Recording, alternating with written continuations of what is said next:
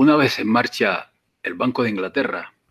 como base para la agenda a seguir en estos últimos 3 siglos, porque sirve de patrón para los bancos centrales modernos, y una vez forjado el Imperio Británico como el mayor poder mundial, comienza la expansión, la metástasis del sistema veneciano de libre comercio, basado en las teorías del dominico español de la Escuela de Salamanca, Francisco de Vitoria,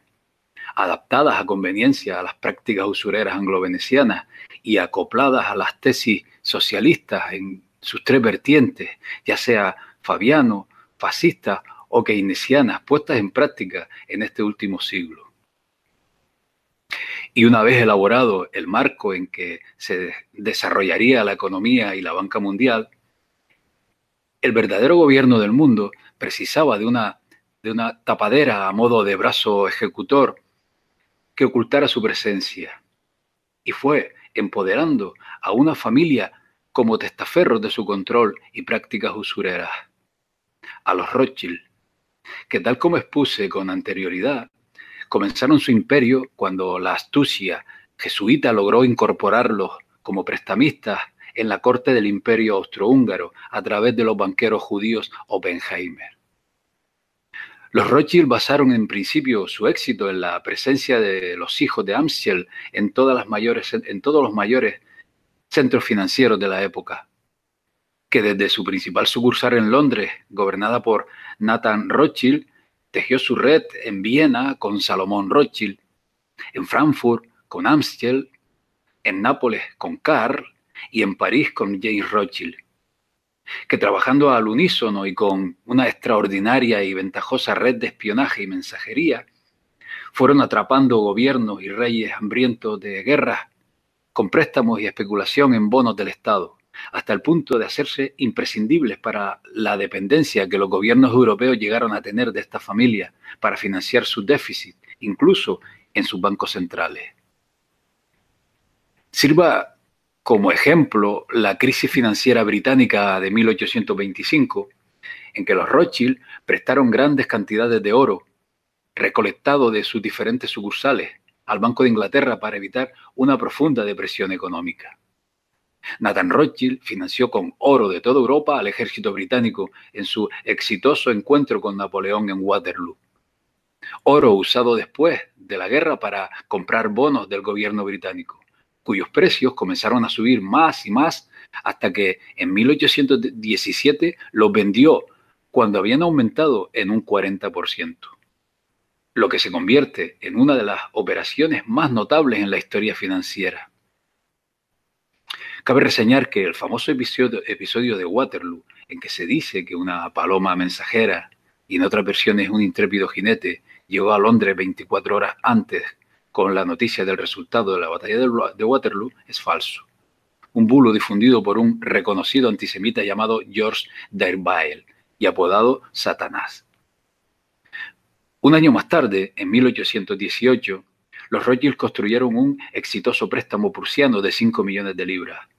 distribuido a través de sus sucursales en toda Europa, cuya novedad consistió en un bono en una moneda diferente a la moneda local del deudor y venderlo en diferentes países, haciendo a los Rothschild los padres del moderno mercado internacional de bonos, y es visto como el primer eurobono de la historia, que además hizo a los Rothschild inmensamente ricos y a la vez impopulares, y blanco constante de los antijudíos con innumerables caricaturas satíricas que los muestran como codiciosos y duros usureros, que lo son. A medida que los gobiernos tenían menos necesidades de financiamiento, los Rothschild comenzaron a financiar y controlar las redes ferroviarias de nueva construcción, especialmente en Alemania y Austria, en las décadas de 1830 y 1840. Y obtuvieron el control del gigante minero Río Tinto en la década de 1880 en España. Este banco multinacional alcanzó su cenit entre 1820 y 1860 y fue el banco más grande del mundo entre 1815 y 1914. El imperio de los Rothschild todavía vive hoy día a través de varios servicios financieros, bienes raíces y empresas, y dirigido cuidadosamente por los descendientes de los poderosos hermanos Rothschild del siglo XIX. La historia de esta dinastía da para muchísimo más, y sirva esta breve pincelada como revulsivo para la lectura del libro de Andrew Hitchcock, Historia de la dinastía Rothschild, que salvo algunos errores descubiertos con posterioridad a su edición, los define y retrata a la perfección. Un intento español por contrarrestar las pérdidas de sus virreinatos causadas por sus contrincantes británicos fue su apoyo a la creación de los Estados Unidos para América, cuya constitución original, contraria a los intereses anglo-venecianos, cerraba la puerta a las prácticas bancarias usureras.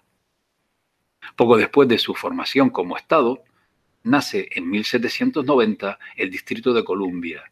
donde se alojan los tres poderes, el legislativo, el ejecutivo y el judicial, los cuales conceden el derecho a acuñar moneda. Esa capital que sostiene el águila y las fascias romanas hasta el día de hoy, se erigió, causalidades de la vida, en una finca llamada Roma, propiedad de la familia jesuita de los Carroll. En 1791, Alexander Hamilton,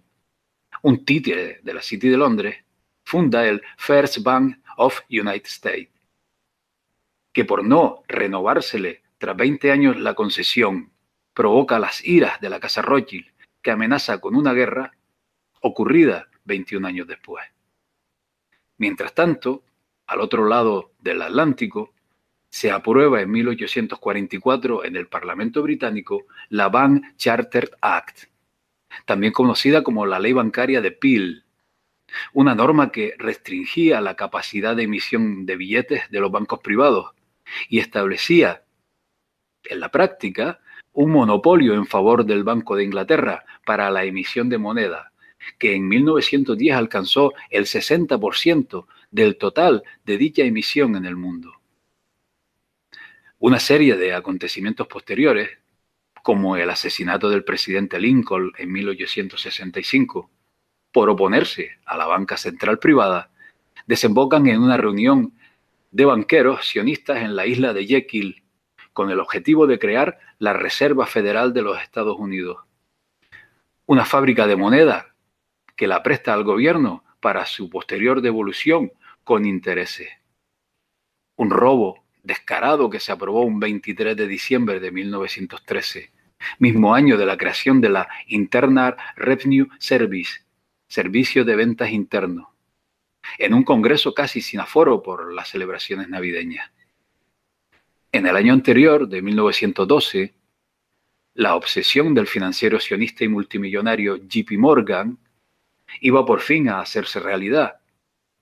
y era cubrir la travesía Southampton-Nueva York en 7 días.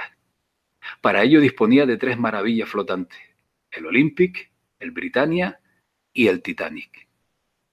J.P. Morgan, que acostumbraba a viajar en todas y cada una de las travesías inaugurales de sus barcos, se negó rotundamente y sin razón aparente a embarcar en el primer trayecto que realizaba el estandarte de su compañía, el mejor barco del momento. 3 grandes magnates sionistas que perecieron con el Titanic se oponían a la creación de la Reserva Federal por no necesitar de sus créditos. Fueron John Jacob Astor, dueño del Empire State Building, Benjamin Guggenheim, el rey del cobre, y también Isadore Strauss, el dueño de los almacenes Macy's, los mayores del mundo. La Reserva Federal fue aprobada debido a la insistencia del presidente Woodrow Wilson, bajo la dirección de su secretario privado, el caballero de Colón, Joseph Tumulty. Tanto Wilson como Tumulty estaban bajo el control del primer papa estadounidense, el arzobispo de Baltimore, James Cardinal Gibbons.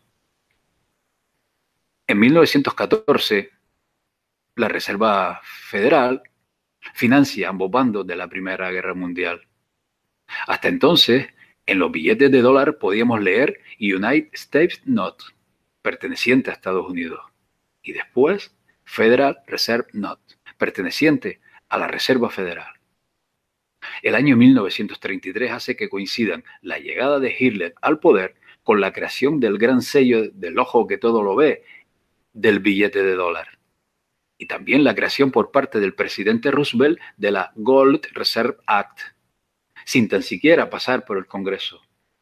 con la cual quienes tenían oro debieron, bajo duras sanciones, entregarlo al gobierno, que lo depositó en Fort North de la Reserva Federal, que sirvió como base para el posterior petrodólar. Una vez conquistada la emisión de moneda de los Estados Unidos, quedaban muchos países por controlar a través del control de la moneda, pero dos eran fundamentales. Uno era la Rusia de los Romanov, empeñados estos en mantener su régimen feudal, cerrando toda posibilidad de industrializar el país. Exponer aquí todo el proceso desde el momento en que los zares se negaron a aceptar la invitación de los Rothschild para formar parte de su agenda globalista, hasta el día en que Lenin crea el Gosbank, con el judío Aaron Sheinman al frente, pasando por la radicalización de los mencheviques en bolcheviques y por el papel desempeñado por personajes tan siniestros como Rasputín, sería materia tan densa que convendría tratar en otro momento. El otro país fundamental se ubica en un extenso territorio muy rico que aloja una gran reserva de materias primas: Argentina. Allí, y también en el coincidente año de 1933, Gran Bretaña y Argentina firman el Pacto Roca-Runciman, del cual surge la creación del Banco Central de la República Argentina, con competencias para emitir billetes y regular las tasas de interés bajo la conducción de un directorio con fuerte composición de funcionarios del Imperio Británico. Y se adjudica además a los británicos el monopolio de un área estratégica tan fundamental como el transporte. Los demás países, en su inmensa mayoría, fueron cayendo como fichas de dominó en los brazos de un sistema anglo-veneciano, donde se crea dinero de la nada con un valor 100, que se va devaluando cuanto más se acerca a la base. Hemos visto hasta ahora mucho nombre y apellido de origen askenazi, sionistas al frente de los grandes bancos. Da la impresión de que aquellos Hofjuden, judíos de corte que sirvieron a la realeza como testaferros para escapar de la prohibición católica de las prácticas usureras, siguen desempeñando un papel muy similar hoy día. Porque si bien controlan la banca, esta banca se desenvuelve bajo parámetros marcados por entidades superiores, ya sean europeas o globales, que son, en última instancia, los verdaderos controladores del dinero que se mueve hoy día por todo el mundo, sin apenas fronteras en que lo regule. Y estas entidades, como vamos a ver, no están en manos de judíos askenazí. Veamos.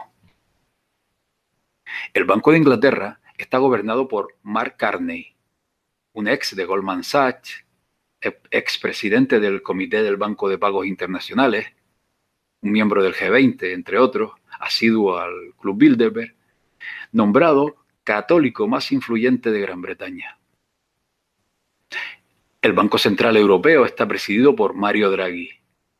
un católico italiano formado por los jesuitas en su exclusivo y elitista Instituto Massimo Massimiliano en Roma, y casado con descendiente de los Medici.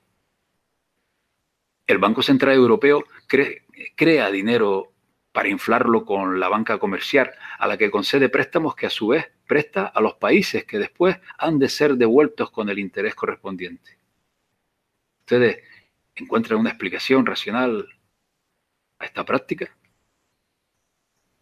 La Reserva Federal de los Estados Unidos, si bien históricamente ha estado en manos de sionistas, hoy día está dirigida por Jerome Powell,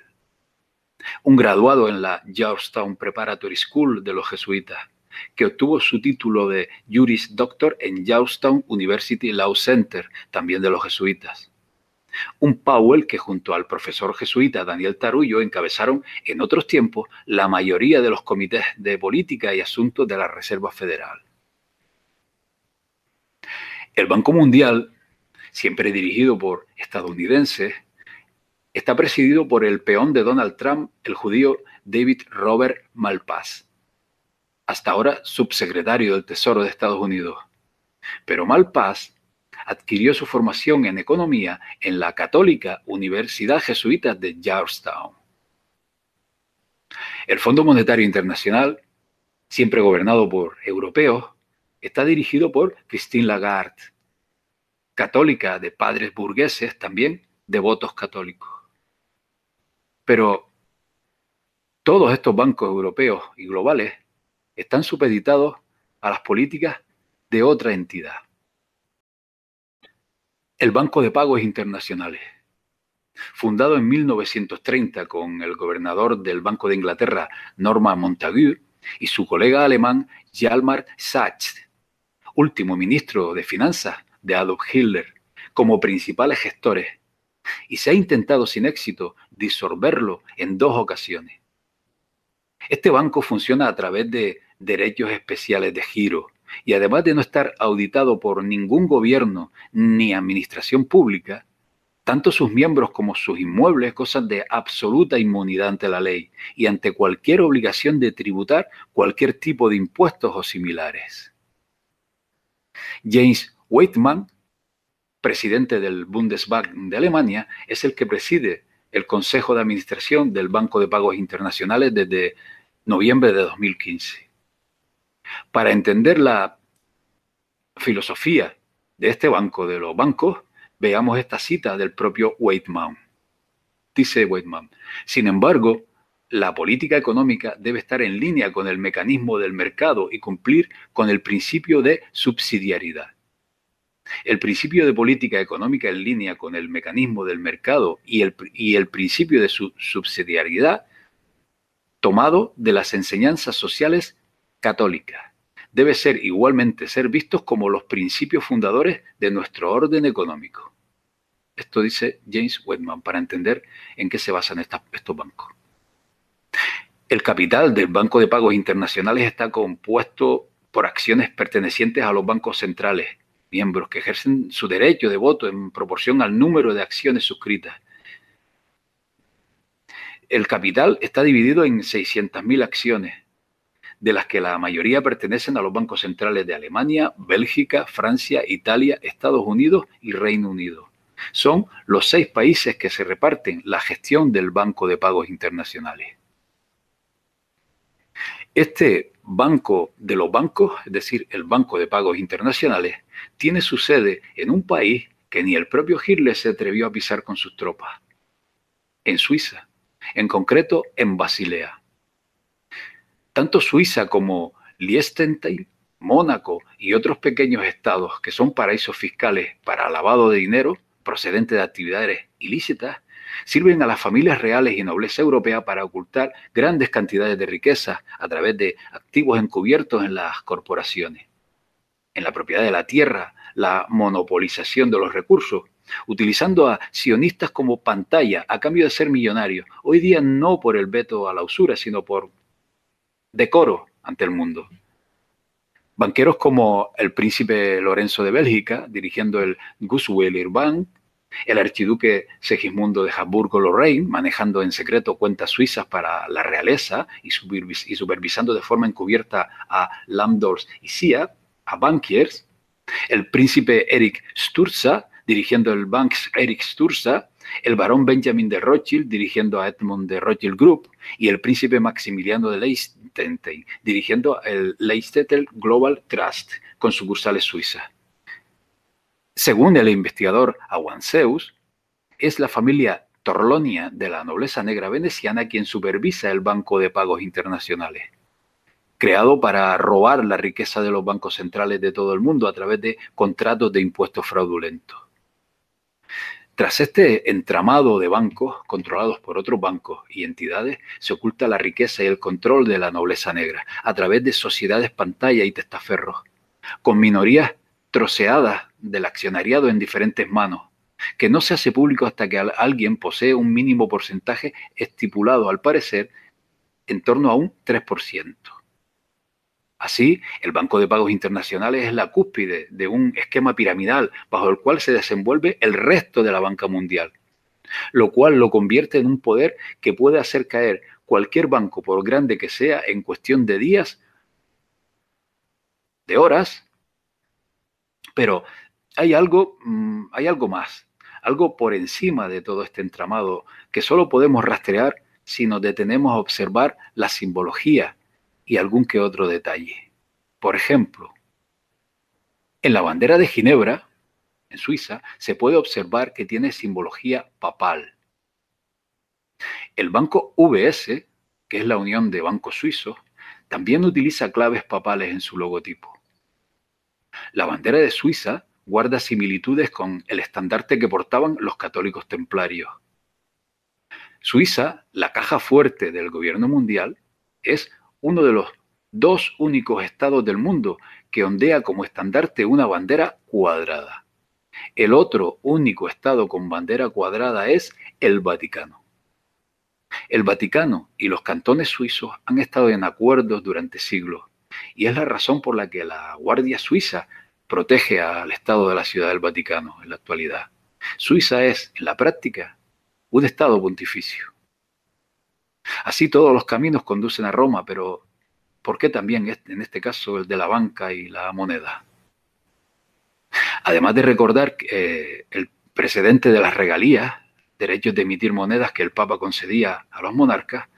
dos bulas pudieran ser las trampas seculares que obligan a la emisión de dinero a tomar el camino de Roma. Las bulas son la Unam Santam, del año 1302, y la Romanum Pontifex, de 1455,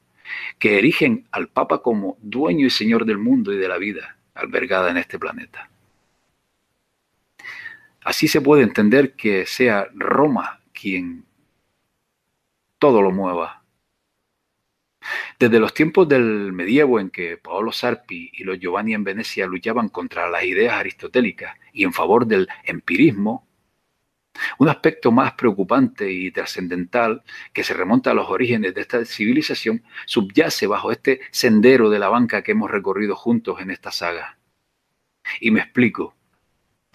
Hoy día impera en la educación y formación académica el modelo prusiano que los jesuitas desarrollaron para las tropas del emperador de Prusia cuando éste les acogió tras su expulsión de la Iglesia Católica. Este eficaz modelo militar, trasladado al ámbito académico civil, tiene como objetivo no despertar el potencial creativo en la imaginación del alumnado, a cambio de potenciar habilidades más propicias para un sistema como el actual, basado en la productividad y en el consumismo. Como resultado de este modelo educativo militar trasladado a lo civil, todo un ejército de eficaces peones adoctrinados bajo criterios materialistas, ya sean progresistas o conservadores, se pone a disposición de una clase dirigente formada por otra parte en los elitistas centros formativos, sobre todo en economía, que la Compañía de Jesús dispone por todo el mundo. De esta manera, esa chispa que despliega la creatividad que brota del ingenio de una mente sin límites que la obstruyan, esa capacidad humana para elevar su conciencia por encima de lo mundano, buscando respuestas a nuestra razón de ser y existir, traspasando los límites en que la ciencia no encuentra respuestas, se va apagando a cada nueva generación, condenada desde que asoman su mirada a este mundo a desenvolverse en un materialismo colmado de nuevas tecnologías, idóneas para un futuro inmediato en que tanto la banca como el propio dinero físico están en un proceso de revolución en que la esencia humana, la chispa, la creatividad, corre peligro de extinción cuando tu vida cotidiana dependa de artilugios y máquinas que actúen y piensen por nosotros. Pues bien, amigos, hemos llegado hasta aquí con esta saga y espero que haya sido de su agrado y de su interés. Hasta pronto. Saludos a todos.